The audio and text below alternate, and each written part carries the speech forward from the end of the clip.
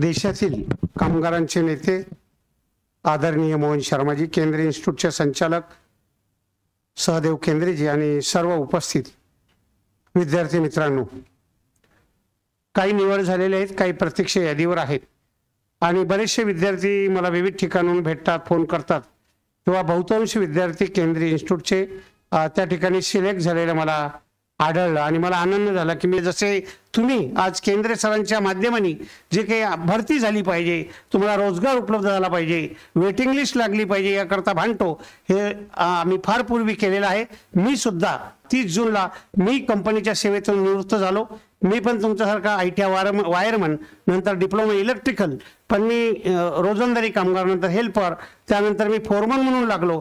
Retire होताना मला 2,58,000 पगार होता आणि मला जे काही रिटायर होताना पैसे मिळाले ते 1,70,00,000। तर या कंपनीची देण आहे आणि म्हणून मला असं वाटतं की मी ज्या परिस्थितीत आलो तशा परिस्थितीमध्ये तुम्ही आहे, तुमच्या विद्यार्थ्यांना रोजगार मिळाला पाहिजे आणि म्हणून इथं शिक्षण घेत असताना प्रामाणिकपणे तुम्ही आईवडिलांनी तुम्हाला पाठवलेलं आहे आणि म्हणून प्रामाणिकपणे शिका। कारण आज भरती महावितरणमध्ये, महाजनकोमध्ये, ट्रान्सकोमध्ये, इतरही उद्योगामध्ये भरती निघत असतात, वॅकन्सी मोठ्या प्रमाणावर येतात, त्याच्या सुद्धा या ट्रेनिंगचा तुम्हाला प्रशिक्षणाचा फायदा होतो निश्चित। कारण गुरुशिवाय विद्येचा मार्ग उपलब्ध होत नाही। आईवडिलांना मुलाला कितीही सांगितलं मुलं ऐकत नाही, पण गुरुजीने जे सांगितलं ते आज्ञाधारकपणे ते ऐकतात आणि म्हणून क्लासेस अत्यंत महत्त्वाचे आहे आणि क्लासेसमधनं तुम्हाला एक मार्ग सापडतो आणि त्या मार्गाने तुम्ही मार्गक्रम करता आणि म्हणून निश्चितच तुम्हाला पुढच्या काळामध्ये यश येईल। आता महावितरणमध्ये जी काही भरती झाली 5,000 समथिंग पदाची, त्यामध्ये 3400 लोक हजर झालेले आहे, ज्यांचं डॉक्युमेंट व्हेरिफिकेशन झालेलं आहे। काही लोक अपंग आरक्षणामधले होल्डवर आहेत, काही लोक 10वी जे आहे 8वी 9वीवर ज्यांनी ITI केलं होतं ते होल्डर आहे, काही मराठी भाषा ज्यांना नव्हती 10वी मध्ये ते होल्डवर आहे, बरेचसे विद्यार्थी होल्डवर आहे, पण त्याच्यात क्रमाक्रमानं मार्ग निघेल। काही मेरिटला आलेले आहेत पण त्यांनी महिला आरक्षणामध्ये भरलं होतं, काही लोकांनी दुसरं आरक्षण जे आपण म्हणतो की SC ST OBC याच्यामध्ये भरलं होतं, पण ओपनपेक्षा हाय मेरिट गेलं, ते विद्यार्थी होल्डवर आहे। तर जेवढे काय आहेत, तर पहिली वितरणचं मी तुम्हाला सांगतो की 3500 लोक यांना ऑर्डर देण्याची प्रक्रिया चालू झाली।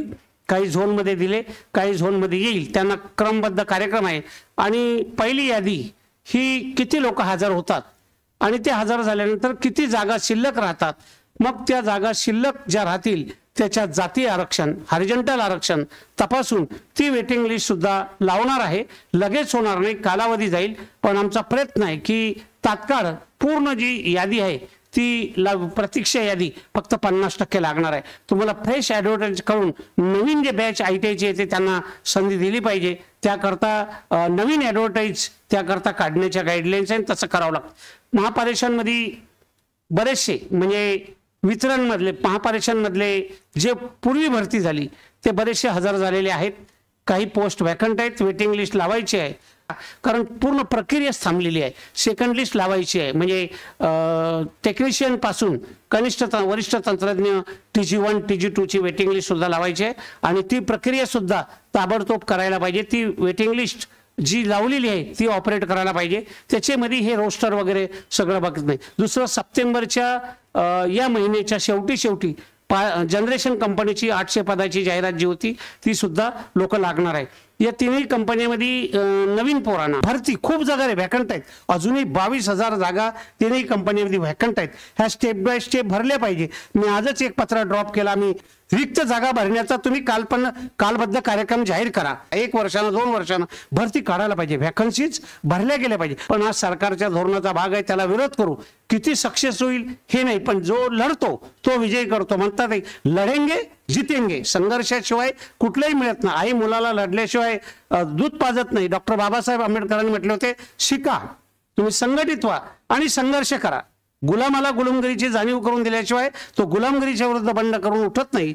तसंच आपल्या बेरोजगारावर काय अन्याय होते, जागा रिक्त आहे पण भरल्या जात नाही याची कल्पना आपल्याला, आपण जाणते आहोत, त्या विरोधात आपण लढलं पाहिजे। आता कॉम्पिटिशन आलं, एक गोष्ट चांगली आहे ती स्पर्धा परीक्षा आहे, आता भ्रष्टाचार नाही आहे। IBPS म्हणा किंवा कुठलीही सेंट्रल गव्हर्नमेंट काय घेत असेल याच्यात करप्शन नाही आहे, उत्तर प्रदेश बिहारमध्ये तुम्ही गेले तर सगळ्या शिक्षक भरती ग्रामसेवक करप्शन तुम्हाला आढळते, पण महाराष्ट्रामध्ये किमान हे करप्शन नाहीये. मेरिटवर भरती होत आहे, चांगली गोष्ट आहे.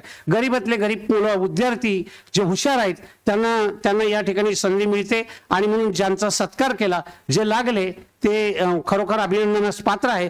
तुम्ही जे काही कष्ट केले, जे मार्गदर्शन असेल आम्ही अपडेट ठेवतो, आम्ही कुठलेही लपवून ठेवत नाही. केंद्रीय सरांनी सांगितलं किंवा इतर कोणी तुम्ही जरी माहिती विचारली, खरं काय होणार आहे लोकांपर्यंत आम्ही पोहोचवतो. त्यामुळं तुम्हाला कोणी वेटिंगवर आहे, पैसे द्यायला लागते, काही गरज नाही आणि ते आम्ही करून घेणार आहे. म्हणून मित्र, आम्हाला 1 वाजता कार्यक्रम आहे, आम्हाला तिकडे जायचं आहे. शर्मा साहेब सुद्धा बोलणार आहे म्हणून इथं बोलवलं, सत्कार केला आणि माझे 2 शब्द ऐकून घेतले त्याबद्दल केंद्रीय इन्स्टिट्यूट आणि तुम्हाला धन्यवाद देतो. थांबतो. इन्क्लाब जिंदाबाद. मागे सुद्धा अचानक असंच झालं की ती सोय आम्ही यावेळेस केली. जरा मागच्या वेळेस लाईट गेली अचानक. तिकडच्या हॉलमध्ये 400-450 विद्यार्थी बसले होते आणि लाईट गेल्यानंतर 400 विद्यार्थ्यांसमोर कसं बोलतील असं वाटलं मला. सेक्रेटरी ते कशाला एवढं बेजार होतील आपलं, म्हणजे विद्यार्थ्यांना मार्गदर्शन करण्यासाठी. माझ्याकडे त्यांचं भाषण आहे. 57 मिनिटाचं लाईट गेल्यानंतर माईक बंद, पूर्ण अंधार पडलेला आहे आणि प्रचंड ओरडू 57 मिनिट सहज बोलले होते साहेब त्याही वेळेस. तेव्हाच मी त्यांना जाणलं आणि थोडंसं अनालिसिस केलं. परखड मत, 100% परखड. आज सगळे कॅमेरा असतात, व्हिडिओज होतात, व्हायरल होतात, काय नाही, जे आहे ते सत्य बोलणारा माणूस म्हणजे कॉम्रेड. आता मी पण कॉम्रेड शब्द वापरतोय.